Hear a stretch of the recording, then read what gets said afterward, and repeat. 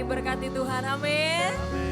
Mari tunduk kepala kita berdoa. Tuhan, dengan mengangkat tangan kami tahu kami berserah, kami tahu kami punya Allah yang besar. Satu-satunya Tuhan dalam hidup kami, Tuhan Yesus Kristus yang lahir bagi setiap kami. Karunia yang besar dalam hidup kami Tuhan. Biarlah ibadah ini Bapa yang kami percaya mengubahkan setiap kami. Kami siap dibaharui Tuhan. Di dalam nama Tuhan Yesus sama-sama kita katakan. Amin. Saya mengundang Bapak Ibu untuk bangkit berdiri. Kita sama-sama ingin sembah Tuhan. Yang setuju katakan amin.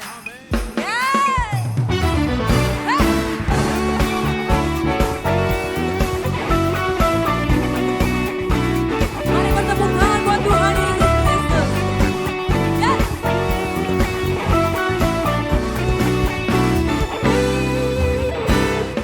Kami datang bawa pujian, bersama memuji-Mu Tuhan. Satukan suara dan nyanyikan sorak kemenangan.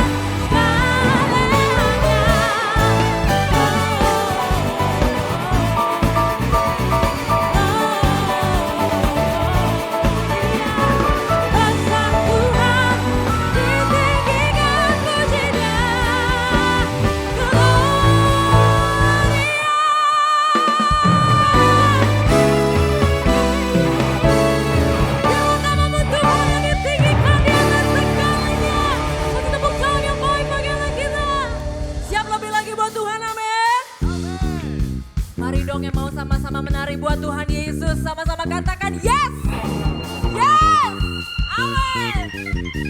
We are the church. Go on.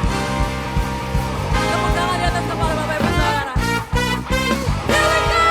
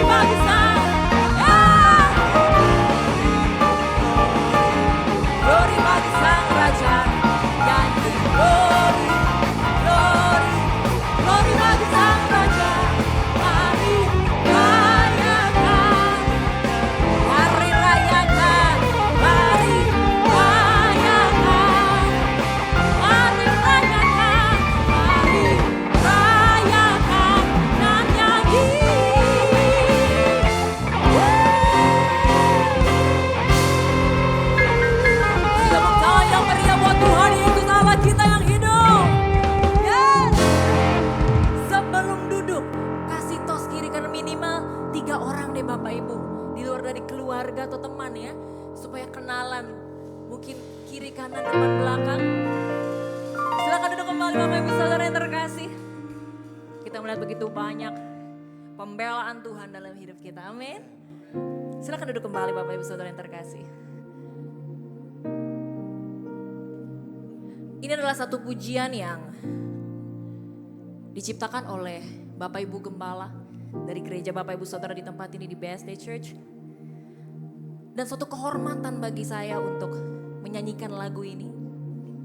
Dan pujian ini sederhana Bapak Ibu. Hanya mengatakan Tuhan baik di dalam apapun situasi kita. Sehingga satu hal yang saya dapat adalah biarlah ibadah hidup kita, pelayanan kita sampai hari ini. Itu merupakan keputusan bukan keadaan. Keputusan kita untuk mengucap syukur. Keputusan kita untuk terus berdoa. Keputusan kita untuk selalu bersuka cita apapun keadaannya. Karena kalau kita lihat kiri kanan, lihat keadaan semuanya gak enak. Bahkan banyak hal yang membuat kita mungkin rasanya sudah hampir menyerah dan tidak bisa lagi menerima Tuhan. Dan biarlah hari ini, biar otoritas Tuhan satu-satunya dalam hidup kita. Yang bertahta, berdaulat sampai selama-lamanya. Dan mungkin ini lahir dari seseorang yang masih muda Bapak Ibu. Yang saya punya contoh hari ini. Orang tua saya ada di sini. Saya lahir dari orang tua yang cinta Tuhan. Dan kalau mungkin Bapak Ibu Saudara hari ini bersama dengan anak-anak. Atau mungkin berharap anak-anaknya mencintai Tuhan. Atau suatu saat mungkin punya anak begitu mencintai Tuhan. Saya percaya ibadah Bapak Ibu Saudara di tempat ini tidak pernah kembali sia-sia. Karena mungkin orang suka ngomong begini sama saya Bapak Ibu. Masih muda tahu apa? Saya bilang saya tahu banyak. Cuman kan saya tidak perlu mengemukakannya itu kepada Bapak Ibu Saudara. Tapi yang saya perlu kasih tahu Bapak Ibu bahwa Tuhan itu adalah Tuhan yang besar. Dan waktu Tuhan itu yang terbaik. Dan biarlah berkat yang selalu dilimpahkan itu adalah berkat regenerasi Bapak Ibu. Mungkin banyak hal yang mungkin Bapak Ibu Saudara hari ini alami gak terjadi. Tapi kerap kali saya melihat itu menjadi berkat untuk regenerasi. Karena saya sering sharing sama mama saya, ada di sini orangnya. Mama saya bilang gini, mama tuh dulu pengen begini, tapi gak kesampaian. Mama pengen nyanyi lagu rohani rekaman, tapi gak bisa. Sampai hari ini gak bisa. Tapi siapa yang rekaman? Anaknya Bapak Ibu, lewat gereja ini. Boleh kasih tepuk tangan buat Tuhan Yesus Kristus. Buat BSD Church di tempat ini. Makanya saya katakan bahwa waktu Tuhan itu yang terbaik.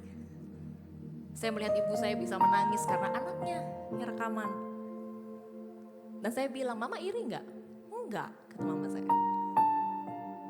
Karena yang rekaman itu anak mama. It's my blood, itu darah saya, kata mama saya. Dan bagaimana dengan Tuhan Yesus yang mencurahkan darahnya bagi Bapak Ibu Saudara hari ini. You're here by His grace. Bapak Ibu Saudara di sini karena kasih kemurahannya. Mungkin ini pujian yang sederhana, tapi biarlah kita belajar sama-sama. Tuhan baik, Tuhan sangat baik, anugerahnya melebihi yang kupikirkan. Tuhan baik,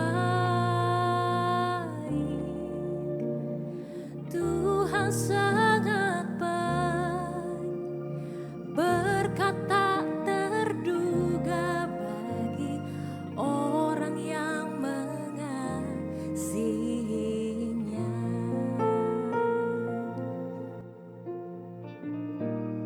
Sekali lagi boleh sama-sama? Tuhan baik,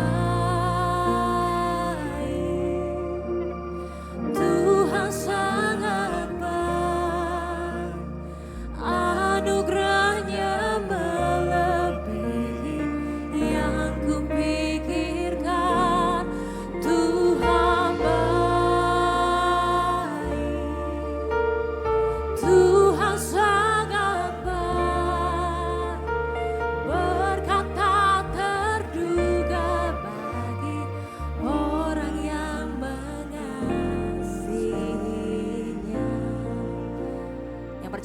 baik. Boleh kasih tepuk tangan yang baik bagi Allah kita. Di saat aku lemah, Tuhan kuatkan aku. Di saat aku sedih, Tuhan menghibur aku. Saat di lembah kelam, Tuhan menyertaiku. Ku bersyukur buat kebaikan-Mu. Hatiku berterima kasih. Tuhan baik, Tuhan sangat baik. Anugerahnya melebihi yang kupikirkan. Tuhan baik.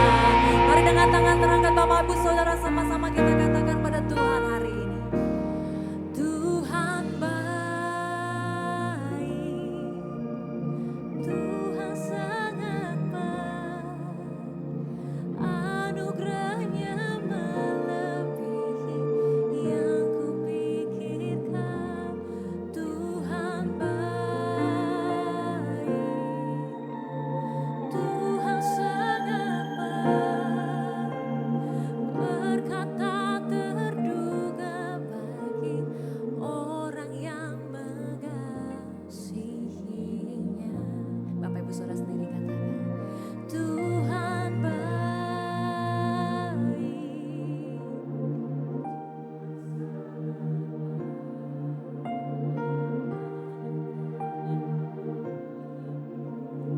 Yang kupikirkan Tuhan Tuhan sangat baik, berkata terduga bagi orang yang mengasihinya. Berkata terduga bagi orang yang mengasihinya. Berkasih tepuk tangan yang baik buat Tuhan Yesus Kristus. Masih ada beberapa hari ke depan untuk menyambut 2026. Tuhan masih bisa melakukan banyak hal untuk Bapak Ibu Saudara untuk menjawab doa, permohonan, apapun yang menjadi doa dan pokok doamu hari ini. Kalau masih bilang udah terlambat Tuhan, udah mau selesai 2025-nya. Kita percaya kita punya Tuhan yang punya rancangan yang besar dan damai sejahtera bagi setiap kita. Dan ini adalah bulan yang paling baik. Karena kita tahu dia Raja Damai.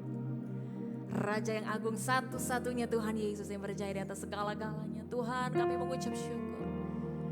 Mari angkat suaramu sembah Dia. Mari angkat tanganmu berserah. Kau yang baik bagi kami Tuhan. Mari renungkan kembali kebaikan-Nya. Serukan kemurahan-Nya, serukan kemuliaan-Nya.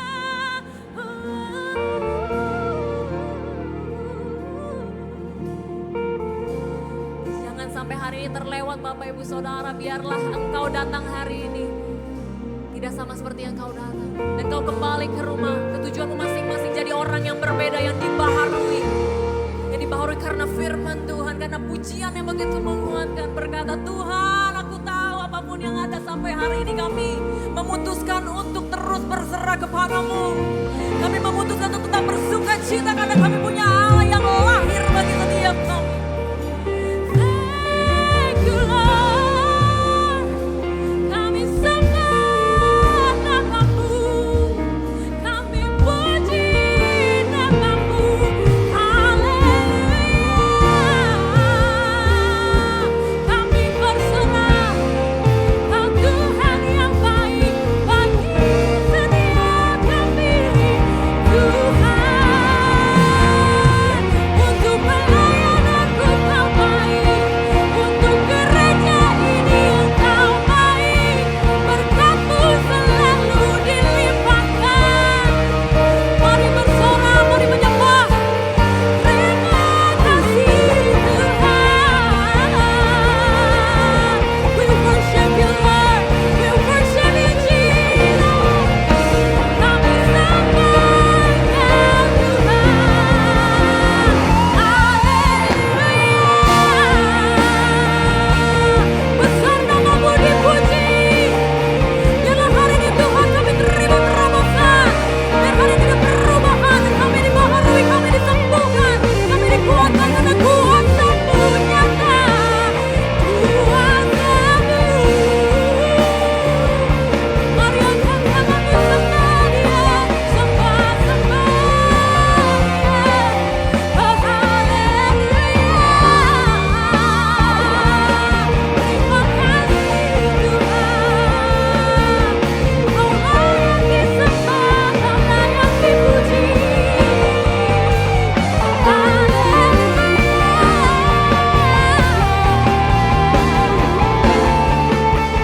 Kami undang Bapak Ibu Saudara semua untuk bangkit berdiri.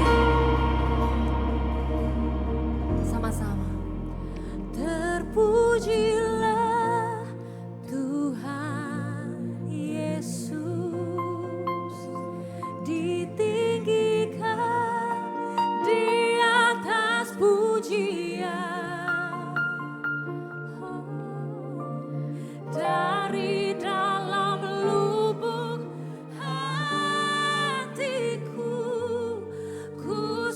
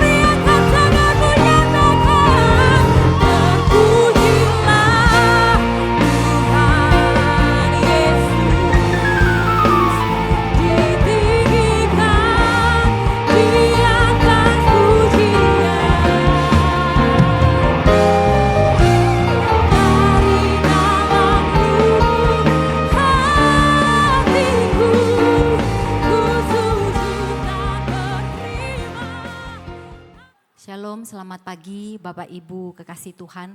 Senang dapat berjumpa dengan Anda kembali melalui ibadah online kita di tanggal 28 Desember, penghujung akhir daripada tahun ini. Tema firman hari ini berjudul Dengarkan Dia. Saudara, ada salah satu kisah yang paling terkenal di dalam Alkitab. Kisah tentang kemampuan Tuhan untuk menyelamatkan umatnya melalui seorang pahlawan yang tidak terduga, tidak pernah diperhitungkan, yaitu kisah Daud dan Goliat. Seringkali kita melihat dari perspektif Daud, namun hari ini saya akan mengajak Bapak Ibu Saudara sekalian untuk melihat dari perspektif yang berbeda, yaitu dari sisi Goliat. Nah, kita akan baca di dalam 1 Samuel 17 ayat 1 sampai dengan 11. Ini adalah satu perikop cerita dimulai dengan judulnya yaitu Goliat menantang tentara Israel. Dan demikian firman Tuhan. Orang Filistin mengumpulkan tentaranya untuk berperang. Mereka berkumpul di Soko yang di tanah Yehuda dan berkemah antara Soko dan Aseka di Efes Damim. Saul dan orang-orang Israel juga berkumpul dan berkemah di lembah Tarbantin. Mereka mengatur barisan perangnya berhadapan dengan orang Filistin. Dan orang Filistin berdiri di dekat sebelah sini dan orang Israel berdiri di bukit sebelah sana. Dan lembah ada di antara mereka. Lalu tampillah keluar seorang pendekar dari tentara orang Filistin namanya Goliat dari Gat. Tingginya 6 hasta sejengkal, ketopong tembaga ada di kepalanya dan ia memakai baju jirah yang bersisik. Berat baju jirah itu 5.000 sikal tembaga. Dia memakai penutup kaki dari tembaga dan di bahunya ia memanggul lembing tembaga. Ganggang tombaknya seperti pesa tukang tenun dan mata tombaknya itu 600 sikal besi beratnya. Dan seorang pembawa perisai berjalan di depannya. Ia berdiri dan berseru kepada barisan Israel. Katanya kepada mereka, "Mengapa kamu keluar untuk mengatur barisan perangmu? Bukankah aku seorang Filistin dan kamu adalah hamba Saul?" pilihlah bagimu seorang dan biarlah ia turun mendapatkan aku. Jika ia dapat berperang melawan aku dan mengalahkan aku, maka kami akan menjadi hambamu. Tetapi jika aku dapat mengungguli dia dan mengalahkannya, maka kamu akan menjadi hamba kami dan takluk kepada kami. Pula kata orang Filistin itu, aku menantang hari ini barisan Israel. Berikanlah kepadaku seorang supaya kami berperang seorang lawan seorang. Ketika Saul dan segenap orang Israel mendengar perkataan orang Filistin itu, maka cemaslah hati mereka dan sangat ketakutan. Amin. Sekarang Bapak Ibu bayangkan sejenak sosok daripada Goliat ini. Alkitab mengatakan bahwa tingginya 6 hasta sejengkal. Berarti kurang lebih sekitar 3 meter. Saya 156, berarti 2 kali tingginya saya ya. Saya bisa membayangkan betapa tingginya dia ya. Sangat mudah untuk melihat mengapa tentara Israel terintimidasi.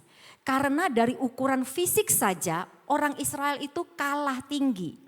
Nah hari ini saya mengajak saudara untuk mempelajari tentang musuh. Mempelajari tentang si jahat dari perspektif Goliat.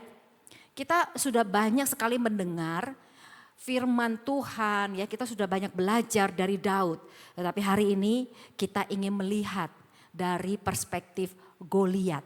Dan kita akan tahu seperti apa musuh itu. Nah 1 Petrus 5 ayat 8 jelas menggambarkan si jahat itu seperti apa. Seperti singa yang mengaum-ngaum, berjalan berkeliling dan mencari orang yang dapat ditelannya.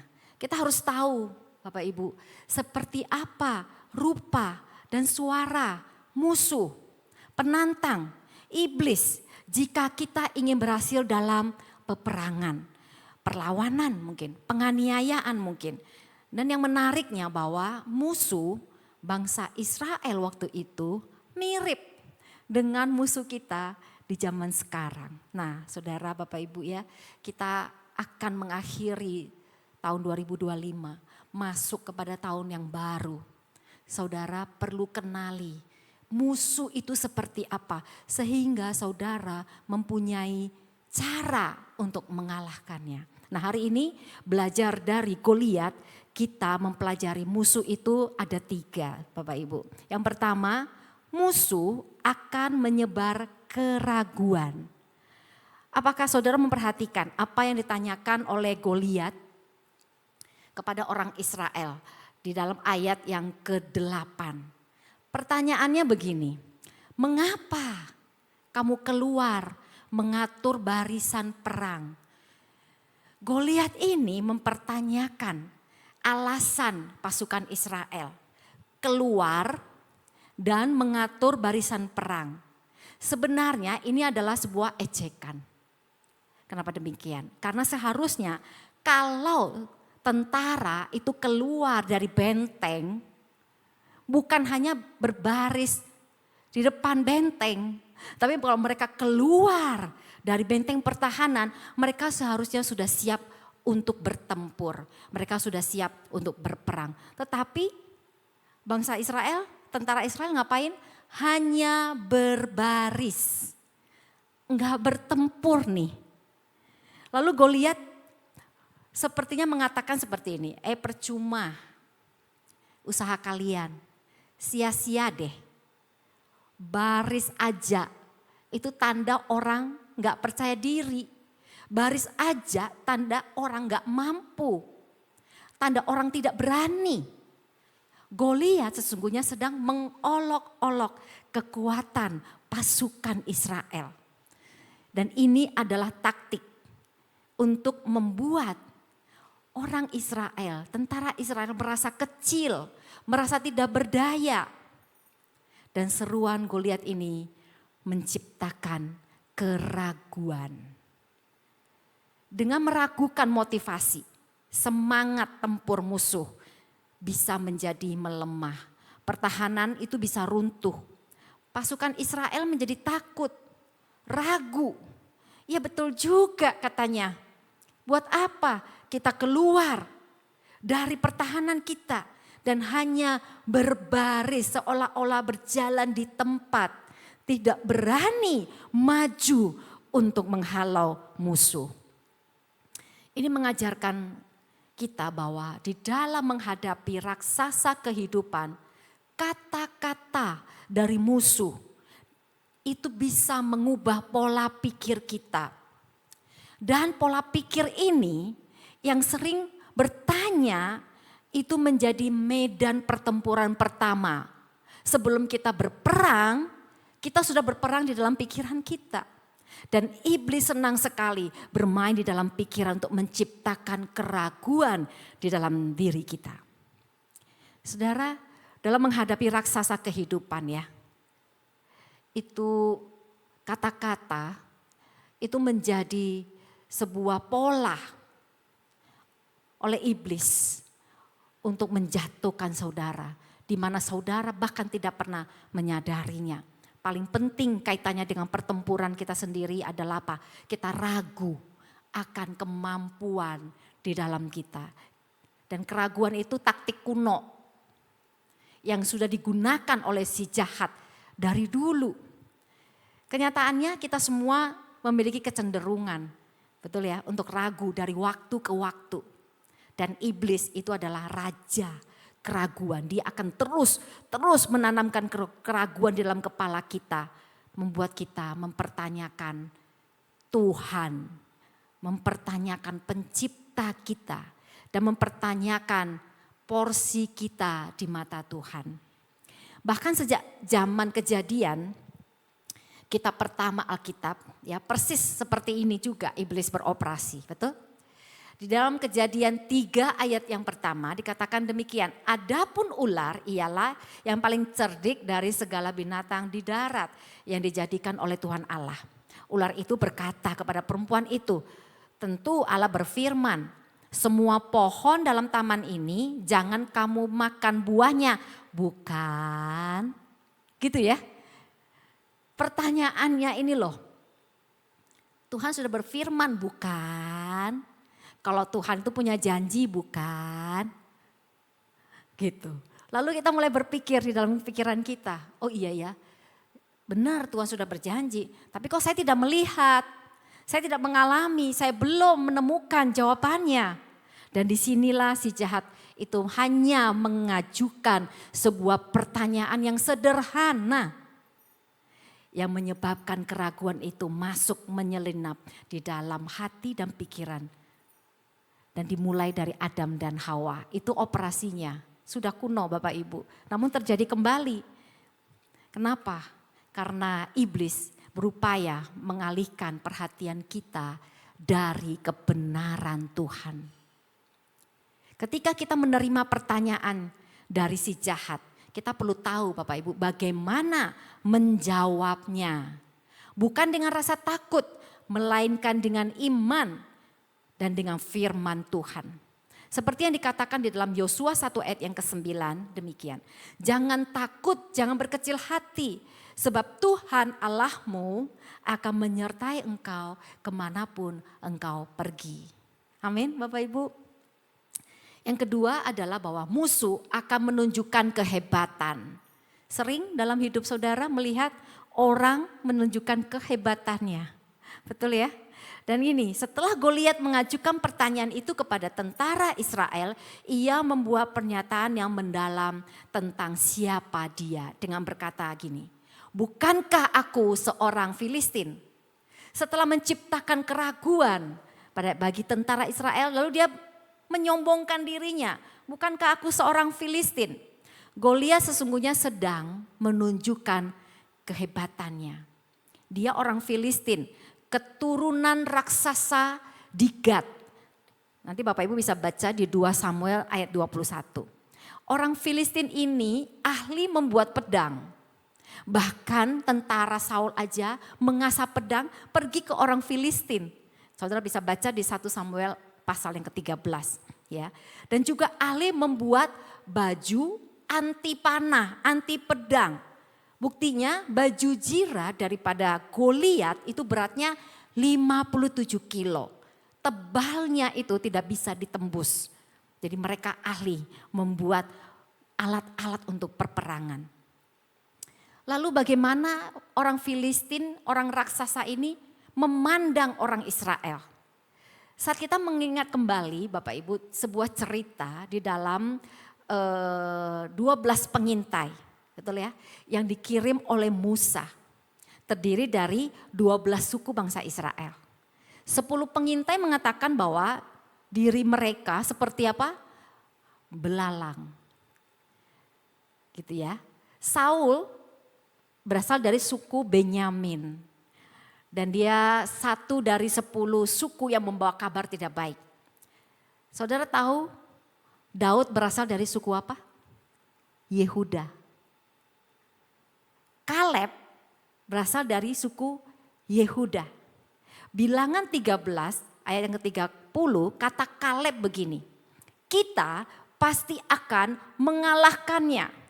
Lalu di dalam pertempuran Goliat dan Daud di dalam 1 Samuel 17 ayat 46 dikatakan begini. Hari ini juga Tuhan akan menyerahkan engkau ke dalam tanganku dan aku akan mengalahkan engkau dan memenggal kepalamu dari tubuhmu. Saudara, tidak kebetulan ya, Kaleb yang dari suku Yehuda mengatakan kita akan mengalahkan orang-orang raksasa itu. Lalu terjadi di Daud dari suku Yehuda juga mengatakan bahwa hari ini juga aku akan memenggal kepalamu dan aku akan mengalahkan engkau. Perhatikan, dua orang ini meski terpisah ratusan tahun, namun iman Kaleb dan iman Daud menunjukkan keyakinan pada janji Allah dari generasi ke generasi. Perkataan mereka begini, perkataan mereka begini, aku akan mengalahkan engkau. Saudara tahu Yesus dari suku apa? Yehuda. Telah mengalahkan dunia di kayu salib dengan darahnya. Yohanes 16 ayat 33. Semuanya ini kukatakan kepadamu supaya kamu beroleh damai sejahtera dalam aku. Dalam dunia kamu menderita penganiayaan tetapi kuatkan hatimu. Aku, kata Tuhan, telah mengalahkan dunia. Kaleb dan Daud mengalahkan musuh mereka yaitu orang raksasa. Tetapi Yesus mengalahkan dunia untuk kita. Amin. 1 Yohanes 5 ayat 4 mengatakan sebab semua yang lahir dari Allah mengalahkan dunia. Dan inilah kemenangan yang mengalahkan dunia yaitu iman kita. Saudara, bila dari generasi ke generasi mereka mengalahkan musuh raksasa dan Yesus yang telah mengalahkan dunia untuk kita. Maka oleh iman kita di dalam Yesus kita pun dapat memperoleh kemenangan dengan mengalahkan dunia ini. Amin. Haleluya. Yang ketiga, bagaimana saudara melihat membaca musuh? Yang ketiga, musuh akan mengutuk. Ayat 8 dikatakan begini, dan kamu adalah hamba Saul. Gitu ya. Perhatikan kata-kata ini. Hamba Saul. Dia tidak mengatakan hamba Tuhan. Enggak. Hamba Saul. Taktiknya seperti ini, memberi label yang rendah, Bapak Ibu, kepada saudara. Bahwa saudara itu hamba, saudara itu budak loh, saudara itu tidak bernilai loh. Lalu yang kedua membandingkan kita dengan standar dunia. Bahwa secara status kamu hanya budak, secara status kamu tidak memiliki apa-apa. Kamu statusnya masih di rendah, masih di bawah. Kemampuanmu bukan siapa-siapa karena kamu budak. Lalu apa taktiknya? Mengalihkan fokus kita bukan kepada kebesaran Tuhan tetapi tidak berdayanya manusia kita. Sekarang kita lihat ya, atribut apa yang dibawa oleh Goliat pada saat dia maju berperang dibandingkan dengan atribut yang dibawa oleh tentara Israel. Tinggi badannya, Goliat itu 3 meter. Tinggi badan tentara Israel itu rata-rata 1,7 meter. Baju jirah yang dipakai, atribut yang dipakai Goliat itu 57 kilo. Baju zirah daripada tentara Israel itu biasa. Karena apa? Kualitasnya hamba. Betul? Hamba Saul kamu hitung, tidak mungkin seorang hamba memakai baju zirah seorang raja. Betul ya? Lalu Goliat itu percaya diri. Dia maju sendiri, dia percaya diri. Tetapi tentara Israel banyak loh teman-temannya. Tetapi hanya keluar dan berbaris menunggu. Ragu, itu tipe orang yang ragu.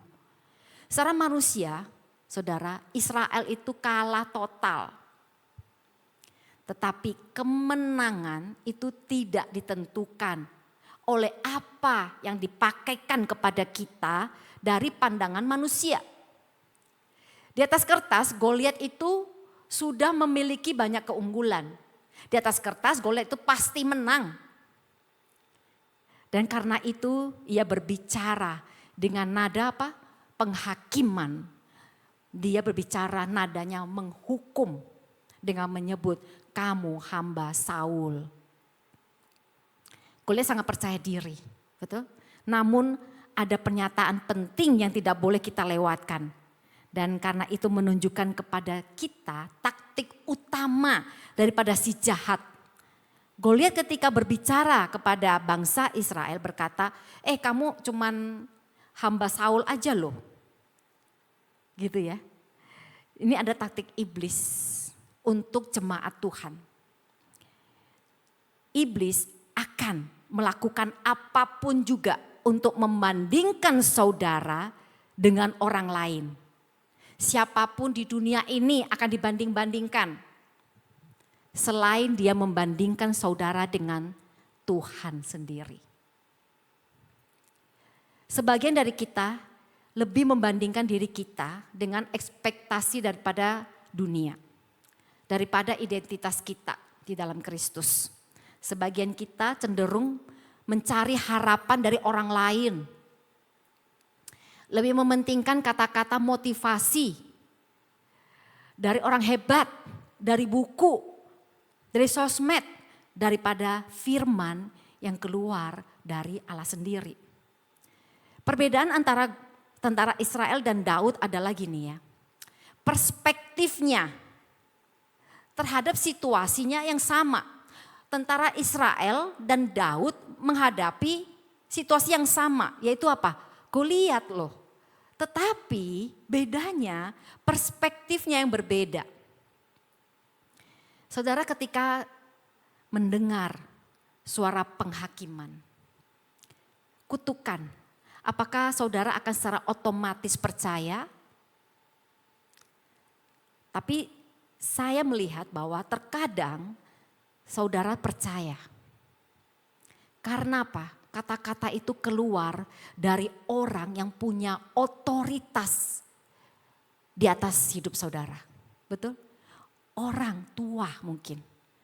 Pasangan hidup mungkin. Atasan mungkin. Dosen mungkin. Orang yang di atas saudara mengatakan sesuatu yang menghakimi dan saudara langsung percaya. Bapak Ibu, apakah pernah saudara dikatakan, bodoh kamu?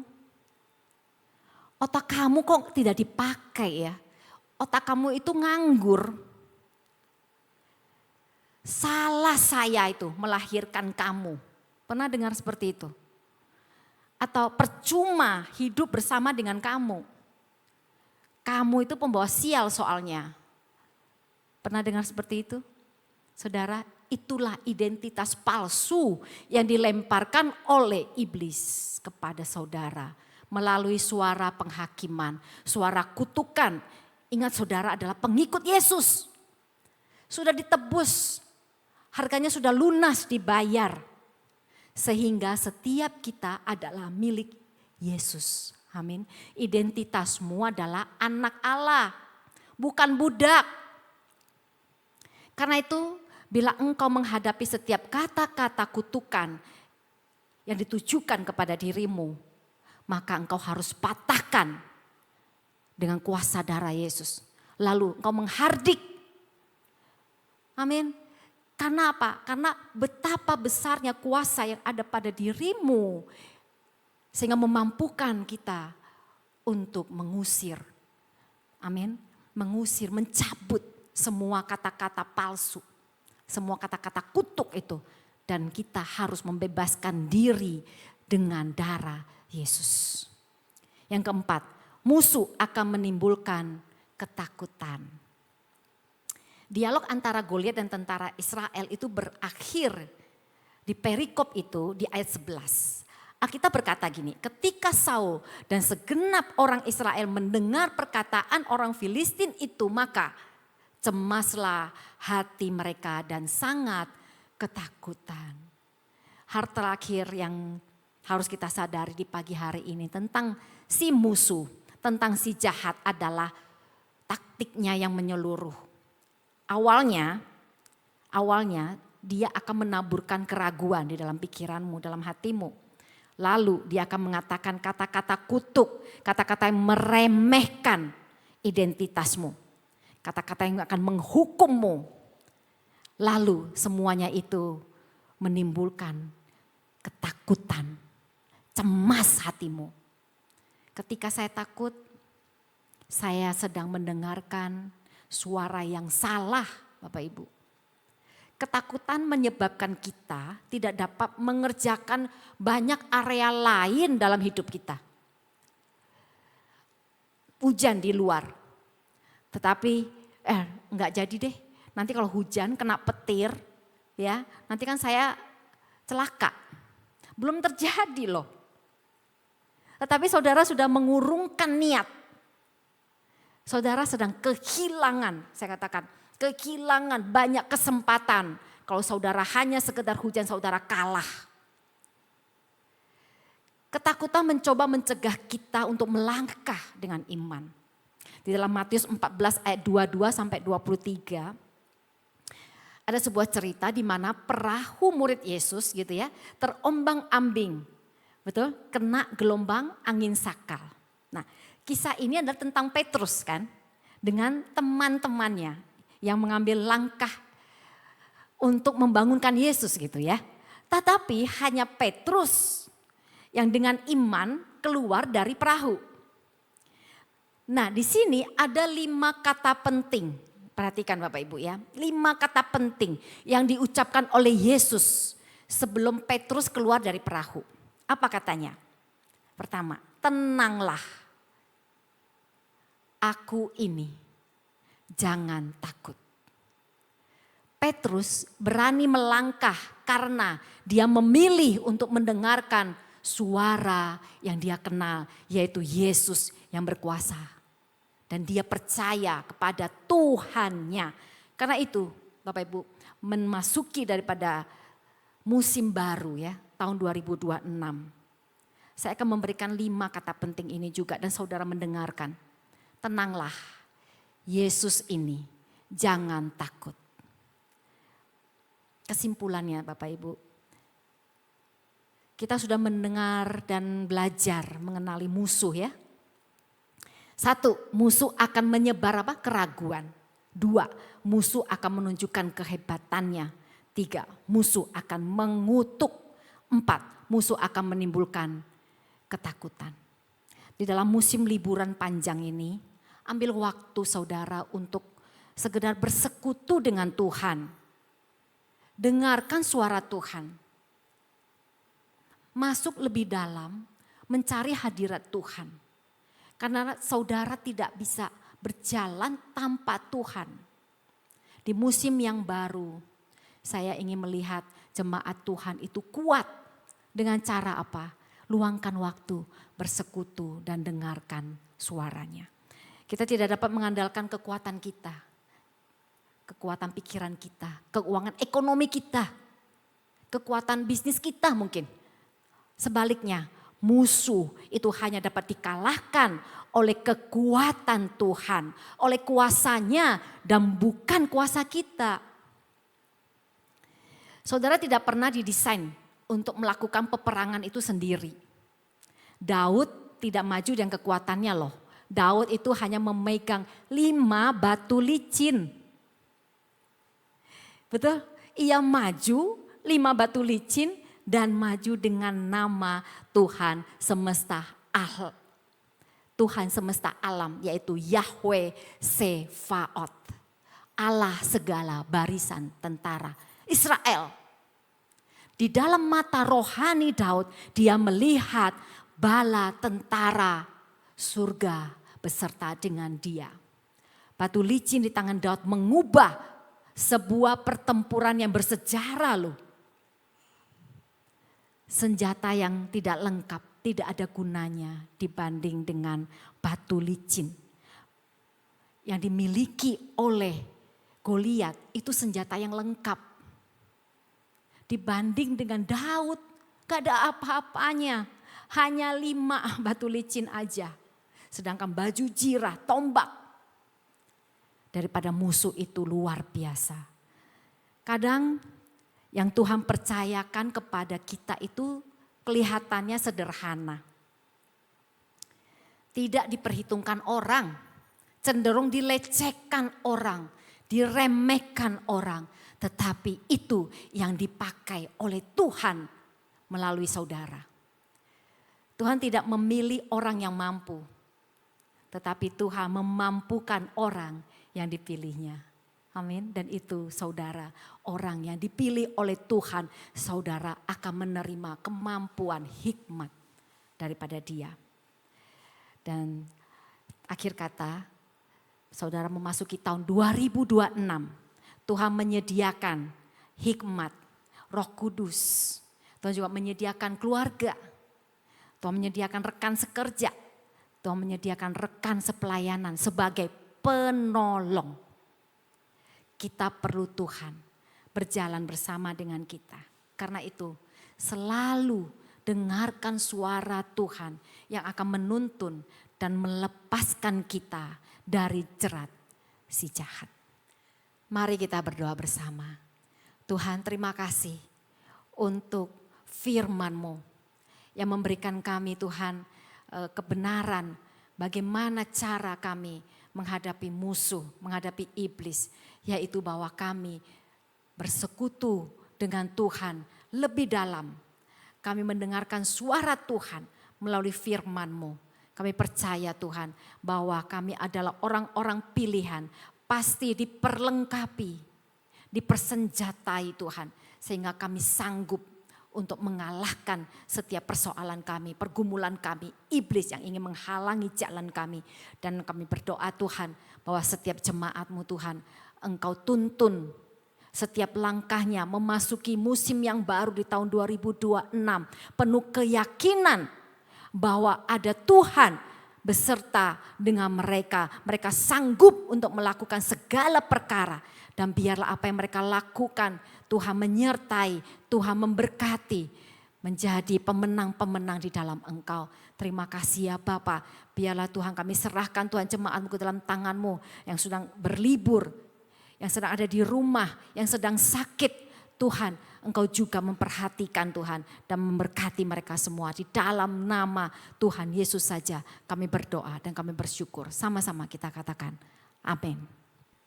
Berkatnya selalu dilimpahkan. Yesus terang dalam hidupku.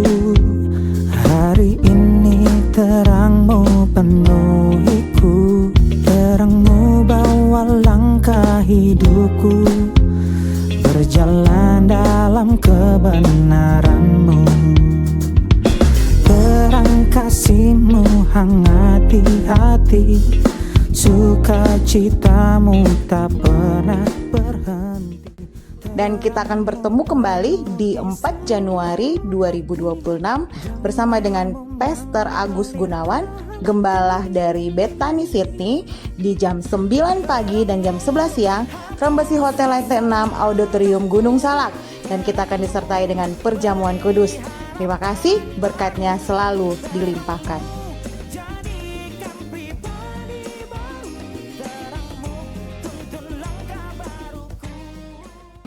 Saudaraku dikasihi oleh Tuhan, angkatlah tanganmu dan arahkanlah hatimu kepada Tuhan.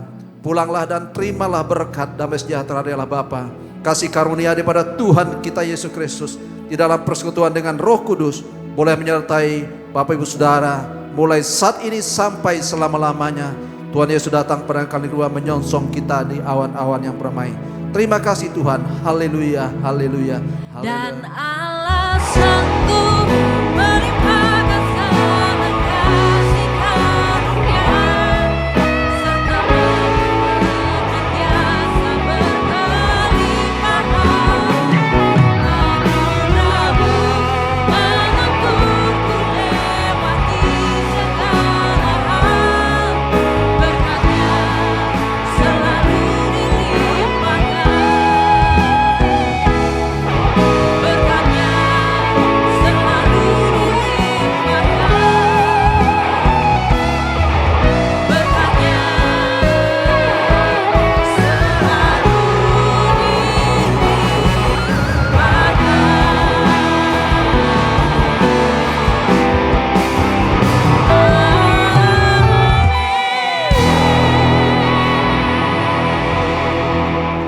Happy Sunday, Tuhan Yesus. Terangmu hapus masa laluku, terangmu beri harapan baru, terangmu jadikan pribadi baru, terangmu tuntun langkah baruku.